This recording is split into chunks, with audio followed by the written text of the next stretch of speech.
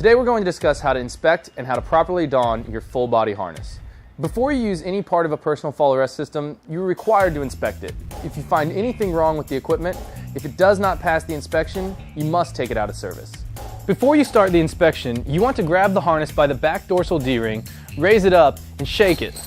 What this will do is allow the leg straps to fall downward where they need to be. If it's a little bit jumbled up, giving it a shake will smooth out the harness so it can hang correctly. The first things you want to look at are the impact indicators. On a harness, there are two of them. You can see that it's just webbing folded over and it says impact indicator. If the impact indicator is neither there or has been exposed, stop the inspection and remove the harness from service. Next, you'll want to inspect the labels. If you cannot read the labels, you cannot use that harness. It must be taken out of service. When inspecting hardware, we'll start from the top and work our way down. First, look at the back dorsal D-ring. Make sure there's no major bends, cracks, or discoloration. Next, check your chest strap. Make sure that the quick connect or mating buckle is able to close and stay closed. If it's a quick connect, it needs to be able to lock into itself, and the green dot will tell you that it has in fact locked. You want to make sure that it cannot come loose.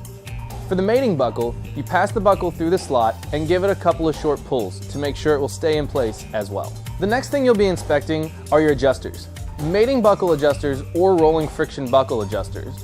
On the roller, keep in mind that any piece of hardware that has a spring or roller, the roller has to roll and the spring has to function. With the mating buckle adjusters, make sure that the webbing freely passes through and it can lock down. Now let's look at the leg straps. There are three types of leg buckles for harnesses: tongue and buckle, mating buckle, and the quick connect. If it's a tongue and buckle, look at the grommets. Look for cracked, bent, or missing grommets. You also want to make sure that the tongue and buckle sets neatly by itself and against the gate, so it doesn't move against the bar. Look at it. If the bar has rotation and you are able to spin it, you need to make sure it can spin and it's not bent. If it's a quick connect, just like with the chest strap we reviewed earlier, it needs to be able to lock into itself, so the green dot shows and it has been locked.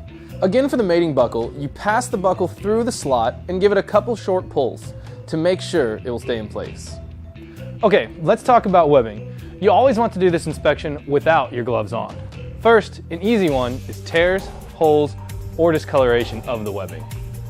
Grasp the webbing with your hands and bend it in an inverted U fashion, checking both sides. This creates surface tension, making damaged fibers or cuts easier to see. Remember to inspect both sides of the webbing.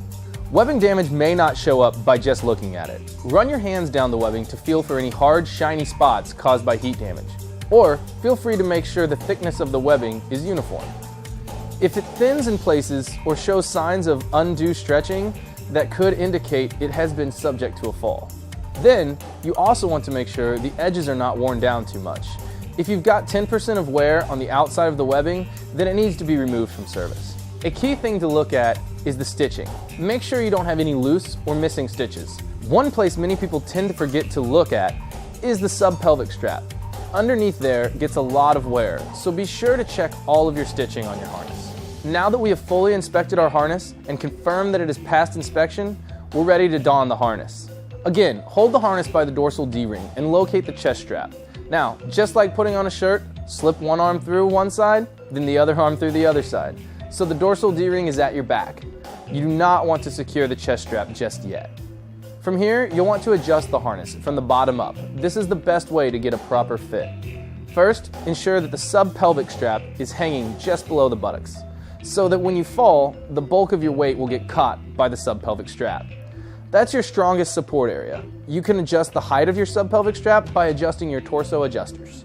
Now that the subpelvic strap is in place, you can move on to securing the leg straps.